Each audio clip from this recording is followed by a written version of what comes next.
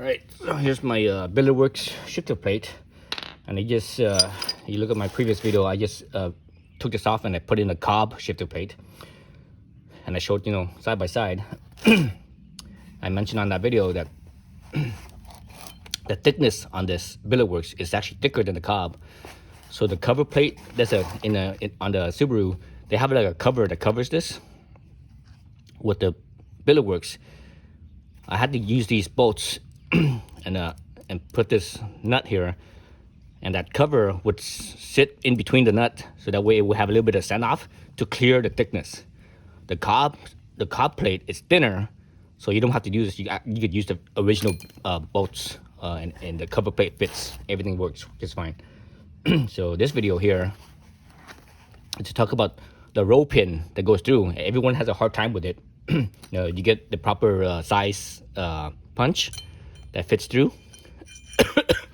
Right, before I was doing this, and I think I took another punch, a thicker one, and because this length right here is not long enough, and there's a bunch of stuff in the way, so you can't just hit it directly. You need this to be like another, I don't know, 6 inches or so longer to be able to reach properly. This time around when I redid it, and last time I was using this little hammer, it's not very big, not very heavy, so it took forever to pound with this thing, because the space that you have is only, the stroke that you have, it's only like maybe 3 inches or so, maybe 4 inches at the most, so you couldn't really swing it very much. So the impact wasn't very much, so the pin would barely just move a little bit each time. So this time, got a bigger hammer. This is a 2-pound hammer. 2 pound versus, I'm not sure what this is. I think this is probably like a, I don't know, maybe a 10-ounce hammer, 10 ounce, or maybe even less, maybe 8 ounce. But 2 pounds, that's 32 ounces.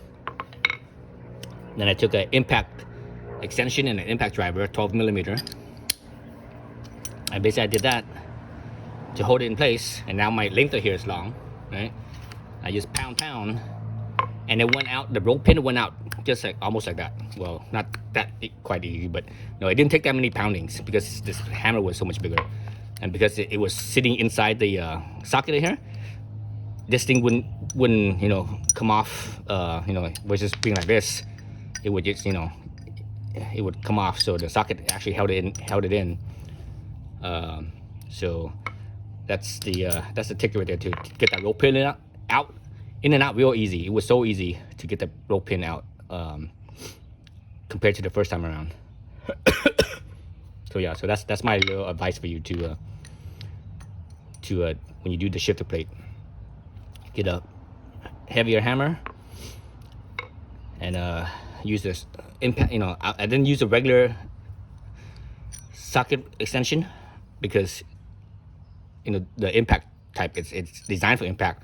I mean, it's rotational impact, so it's a little bit different than compression impact, but it's still impact nonetheless.